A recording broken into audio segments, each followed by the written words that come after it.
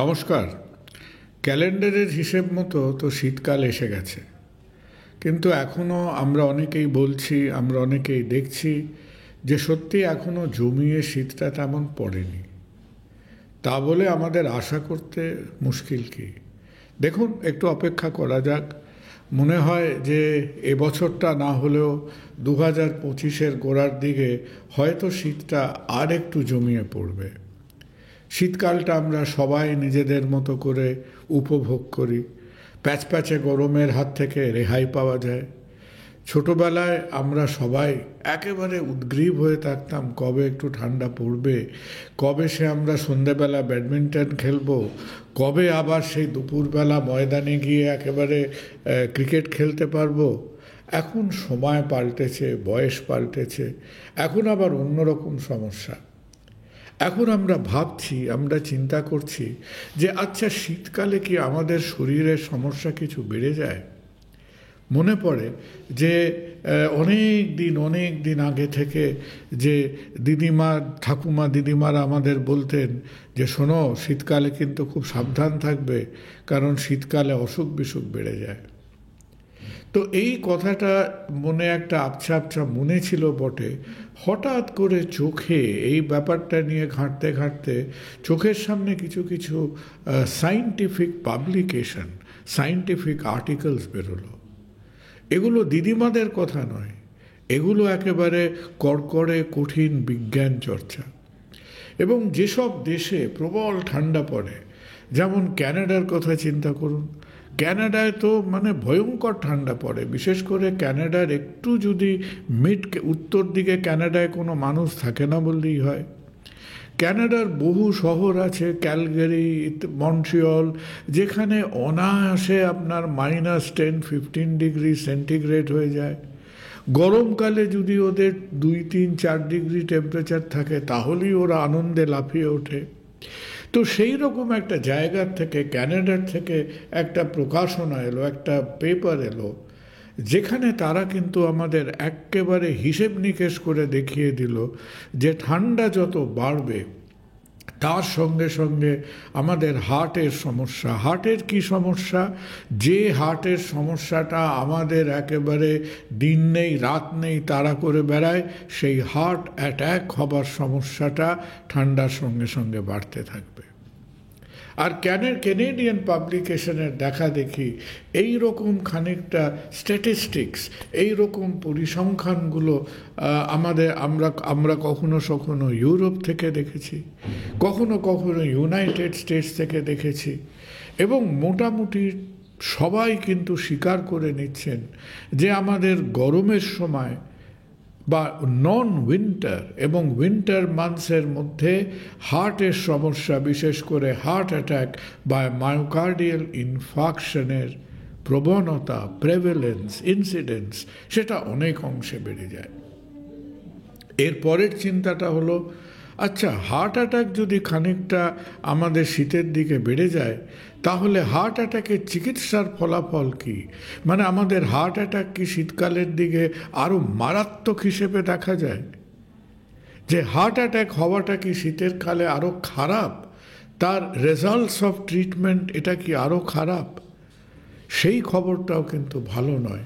কারণ শীতের সময় আমরা যে কেবল বেশি হার্ট অ্যাটাক দেখি তা নয়, শীতের সময় যাদের হার্ট অ্যাটাক হয় তাদের আরও বেশি কমপ্লিকেশন, আরও বেশি সম্ভাবনা, মৃত্যুর সম্ভাবনা from heart attack is much more, higher mortality rates.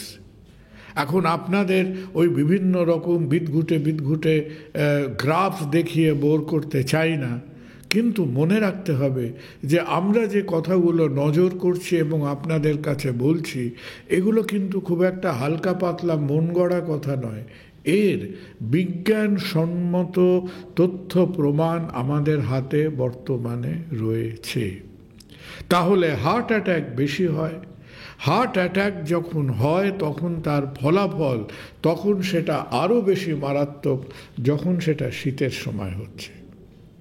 তাহলে এইবার আমাদের হয়তো একটু ভাবতে হচ্ছে, আমরা এটা ভাবতে বাধ্য হচ্ছি যে কেন, কি এমন হয় শীতকালে যে ঠান্ডা পড়লেই আমাদের হার্ট অ্যাটাক বেশি হবে? এই যারা আমাদের এই জার্নালে আর্টিকেলগুলো লিখেছেন তারাও একটা হিসেব দিয়েছেন। তারা বলছেন যে প্রতি যদি আমাদের 10 ডিগ্রি যদি আমাদের টেম্পারেচার কমে, তাহলে সেখানে প্রায় 7% ইনক্রিজ ইন মায়োকার্ডিয়াল ইনফাকশন দেখা যাচ্ছে। ব্যাপারটা তো হেলাফেলা করার নয়। অনেককে বলতে শুনবেন, বিশেষ করে আমাদের বিদেশে যদি আত্মীয় স্বজন বন্ধু বান্ধবরা থাকেন, আচ্ছা আরে বাবা তোমরা আমাদের ইন্ডিয়াতে আছো, কলকাতায় আছো, ওয়েস্ট বেঙ্গলে আছো, তোমাদের আবার এমন কী শীত? কোনো শীতই নেই। কত ধরুন এবছর যদি শীতটা আর একটু ঝাঁকিয়ে পড়ে, আমাদের হয়তো মিনিমাম টেম্পারেচার হবে 10 ডিগ্রি 11 ডিগ্রি। যদি একটু উত্তরবঙ্গের দিকে থাকেন তখন হয়তো হবে 8 ডিগ্রি 9 ডিগ্রি। আরে আমাদের তো মাইনাস, সে আপনাকে বলবে আমরা তো -2, 3, 4, 5 অভ্যস্ত। কিন্তু অঙ্কের হিসেবেও একটা জিনিস খেয়াল করে দেখুন যে যাদের হয়তো সামার টেম্পারেচার হয় 12 ডিগ্রি এবং উইন্টার টেম্পারেচার হয় ধরুন 0 ডিগ্রি, তার টেম্পারেচারের ফ্লাকচুয়েশন 12 থেকে 0 বাদ দিলে হলো 12 ডিগ্রি। আর আমরা যেখানে আছি সেখানে আমার গরমকালের টেম্পারেচার হলো 42 ডিগ্রি, আর শীতকালের টেম্পারেচার যদি হয় 12 ডিগ্রি, তাহলে আমাদের ওই একটা বছরের মধ্যে প্রায় 30 ডিগ্রি টেম্পারেচার ফ্লাকচুয়েশনের মধ্যে দিয়ে যেতে গেল। সুতরাং শরীর তো ঠান্ডা গরম এই তার থেকেও আমাদের শরীর যেটা সেন্স করছে সেটা হচ্ছে the difference in the range of temperature. আমরা মুশকিলে পড়ি দুটো জায়গায়। একটা হচ্ছে এই 12 মাসের একটা সাইকেলের মধ্যে আমাদের একটা হিউজ রেঞ্জ অফ টেম্পারেচারের মধ্যে কোপ করতে হচ্ছে, 42 ডিগ্রি থেকে 11-12 ডিগ্রি অবধি। দ্বিতীয়ত চিন্তা করে দেখবেন যে ধরুন আজকে সেই আমেরিকাতে ইউরোপে কোনো জায়গায় বাইরে টেম্পারেচার হয়ে গেছে -2, সবাই বাইরে বেরিয়ে ঠক ঠক করে কাঁপছে, খুব ভালো কথা। এবার আমরা যখন বাড়িতে ফিরে এলাম, অফিসে ফিরে এলাম, আমরা যখন ইনডোর দোকানপাট মল অফিস সিনেমা হলে রয়েছি, ইনডোরে টেম্পারেচার হচ্ছে 22 ডিগ্রি 23 ডিগ্রি। আমাদের তো সেই সুযোগ নেই। আমাদের একেবারে মুষ্টিমেয় কিছু জায়গায় হয়তো সেন্ট্রাল হিটিংয়ের ব্যবস্থা থাকে। যখন আমরা খুব ঠান্ডা হয়ে গেলে ঠকঠক করে কাঁপি, হয়তো পায়ের কাছে একটা ছোট্ট হিটার চালিয়ে রাখি। কিন্তু বেশিরভাগ ক্ষেত্রে, বেশিরভাগ বাড়িতে, বেশিরভাগ অফিসে আপনার বাইরে 10 ডিগ্রি হলে ভেতরেও 10 ডিগ্রি। আমাদের ইন্টারনাল হিটিংয়ের প্রবণতা, ব্যবস্থা, সেই মেন্টালিটি, সেই মানসিকতা আমাদের তো নেই। তাহলে আমাদের মনে রাখতে হবে যে আমরা শীতকালে আমাদের যে ইন্টিরিয়ার, যে ইন্টারনাল, আমরা ঘরের মধ্যে যে টেম্পারেচারগুলো ফেস করছি, সেটা যদি 12-14 ডিগ্রি হয়, সেটা বাইরে আপনার আমেরিকার একজনের সাথে বা ইউরোপের একজনের সাথে তার তুলনায় আমরা রোজকার বেসিসে প্রায় 10 ডিগ্রি লোয়ার টেম্পারেচারে আমরা থাকছি।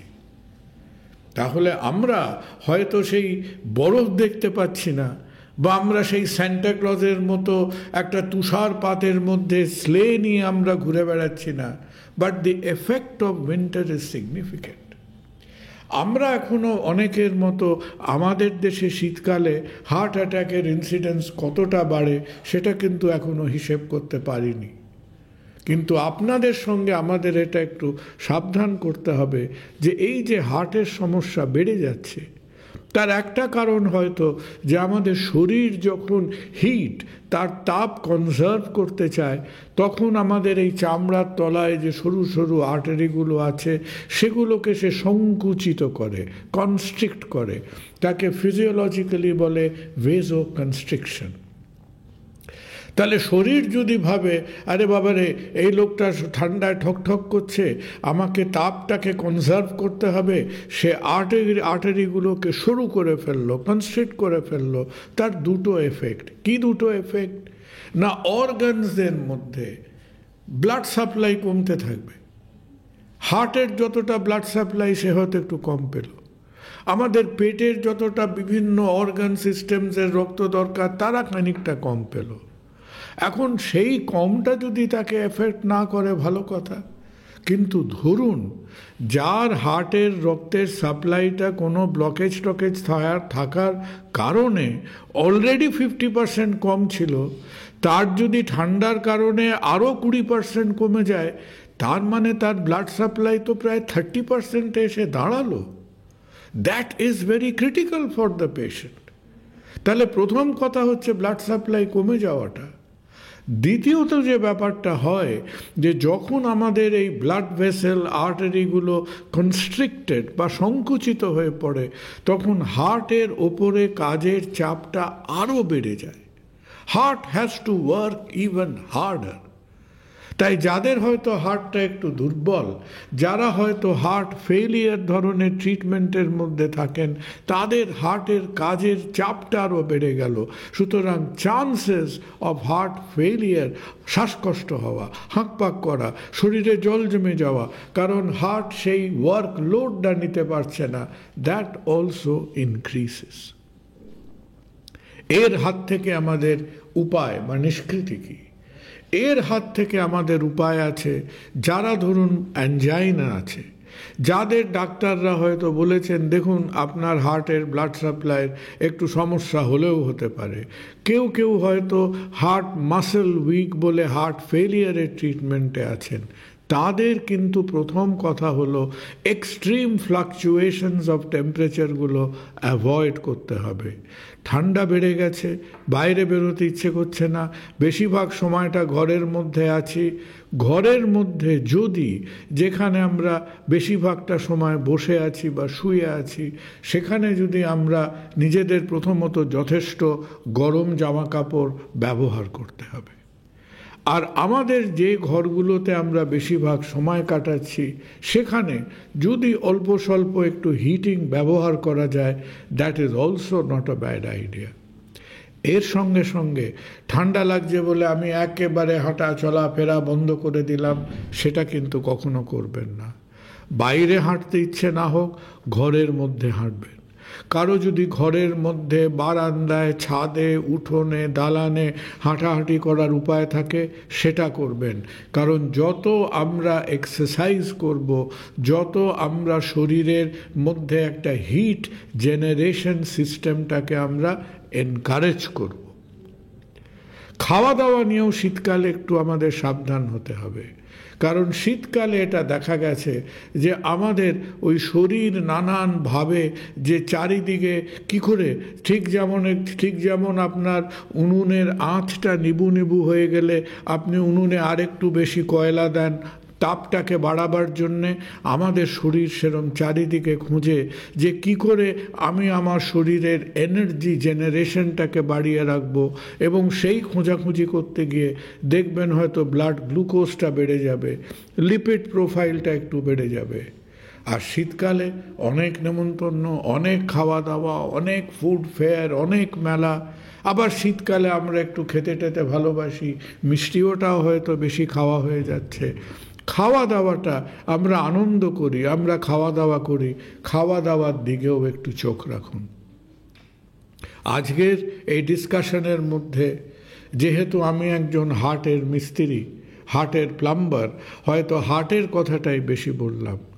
তা বলে এটা কিন্তু ভুলে গেলে চলবে না, আমাদের হার্টের সমস্যার সঙ্গে সঙ্গে আরও কিছু প্রবলেম শীতকালে বেশি দেখা যায়। সেরিব্রাল স্ট্রোকের ইনসিডেন্স বেশি দেখা যায়, একই কারণ, because it is a blood vessel related problem. আমাদের দেশে কম হয়, কিন্তু একটু বাইরের দেশে দেখবেন যারা শীতকালে হাঁটাহাঁটি করাটা একদম কমিয়ে দেন, বয়স্ক মানুষ, একটু ওজন বেশি, তাদের পায়ের ভেনের মধ্যে ব্লাড ক্লট করতে শুরু করে, তাকে বলে ডিপ ভিনাস থ্রম্বোসিস।